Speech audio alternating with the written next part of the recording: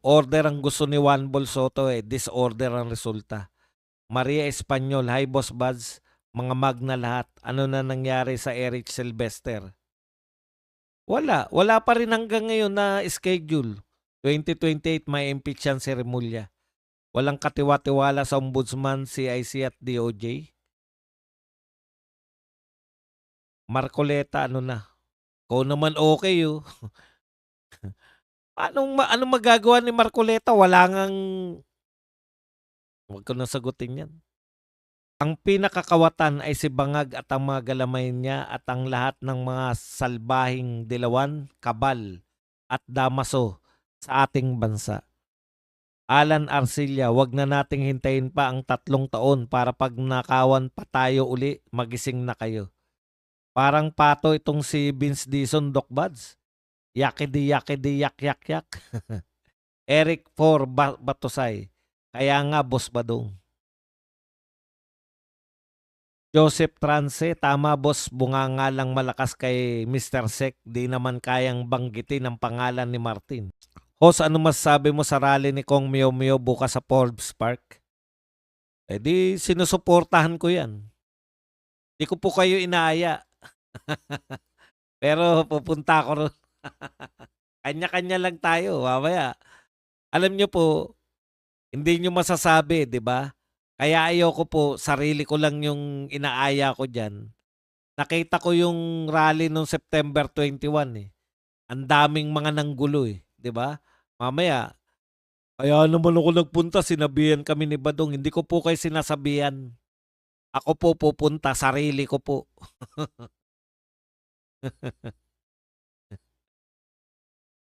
Iba po tong, hindi natin alam ngayon baka tinataniman din ng yung mga rallyista. Ano yung sabi ni Chavit, 'di ba? Tinanong niya kung sino yung mga nakaitim. Binayaran lang po kami. Kita nyo. Nag-Jollibee si Kong Mio, nakita ko. Tama yung word mo na inutil at walang silbi. Sayang ang boto ko sa mga yan. Baka sinabi na naman ni BBM na lumindol pala sa Davao. Diyos ko, Doc Buds. Aba, marami na pong lindol. Sambales po, tsaka sa Leyte. Southern Leyte. Lumindol po kanina, 9:54. Ngayong gabi lang. Bukas na ang panawagan ni Kiko Boss Buds. Ayun nga, tagal nating hinihintay.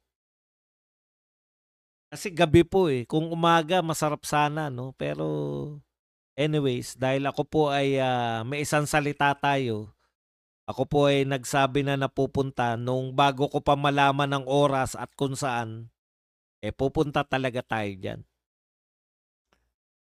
Boss Buds, pwede pa kaya ma-impeach si Junior? Boss Buds, pwede naman. Pwede naman, kaya nga may si Barsaga, di ba? Pakarapatan naman po nila yan, mga congressman, na maghain. Ang tanong lang, meron bang susuporta? Malamang wala. Boss, di ba may bahay din si Drilon sa Forbes Park? Naku, madamay ang bahay niya sa galit ng taong bayan. Alam niyo po, wardyado po yan. Sa gate lang yan. Kala niyo ba hindi haharangan yan? Mga bilyonaryo tao dyan. Grabe tong bangag na to, Doc Buds. Yung 20 pesos kilo na bigas, binibenta pa kahit may lindol na tumama sa Davao Region. Patayin mo na lang kami bangag kung ganyan lang ang modus. Ginagawa mo rin yan sa Cebu. Alam niyo po, ito po ang patunay na cordon sanitaire po ang tawag dyan Meron pong naka-cordon sanitaire po si BBM. Hindi niya talaga naririnig yung mga sinasabi ng taong bayan.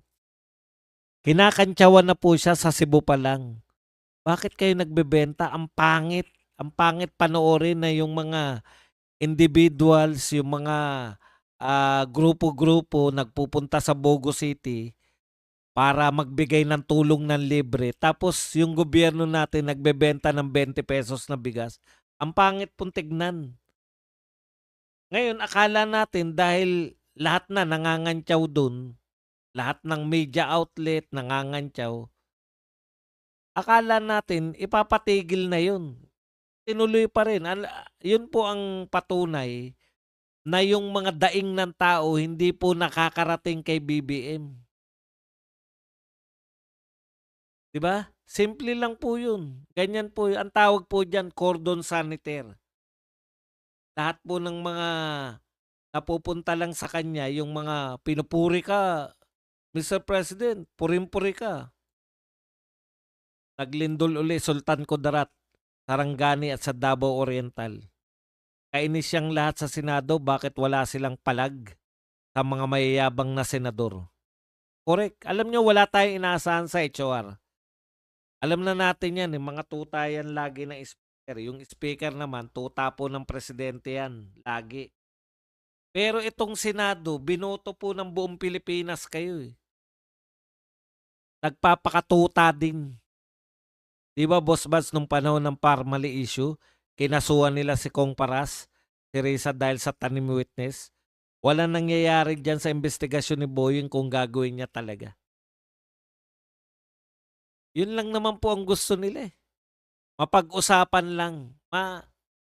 Sabi naman sa inyo, wala silang nilulutas na problema, tinatabunan lang ng panibagong problema. Kaya, mentras na tayo'y kaya yan si Dilima, diversion din yan. Dapat yung gumawa ng mga kasutilan, dapat tahimik lang, di ba? Eto si Dilima, gumawa na ng kasutilan, pinagmamalaki pa. Binawasan namin yung budget ng dahil sutil yung OBP.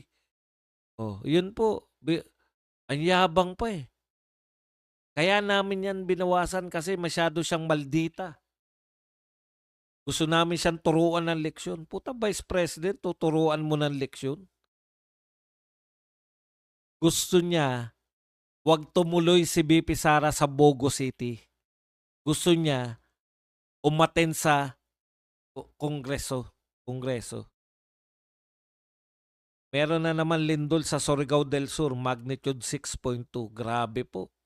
Di po natin kumpirmado yan, pero panay-panay na po. Ito lang po ang kumpirmado pa so far. Ayan o. Philbox magnitude 4.1 earthquake strikes near Siargao. Silago pala. Silago, Southern Leyte. Yan po yung latest. Pero makikita po natin yan. Ito, breaking news. 6.2 earthquake struck waters of Caguait, Surigao del Sur. Grabe po. Iba na naman to. So isang araw, sangkatutak po ang lindol. Putya, mukhang ang Pilipinas kakainin na ng lupa.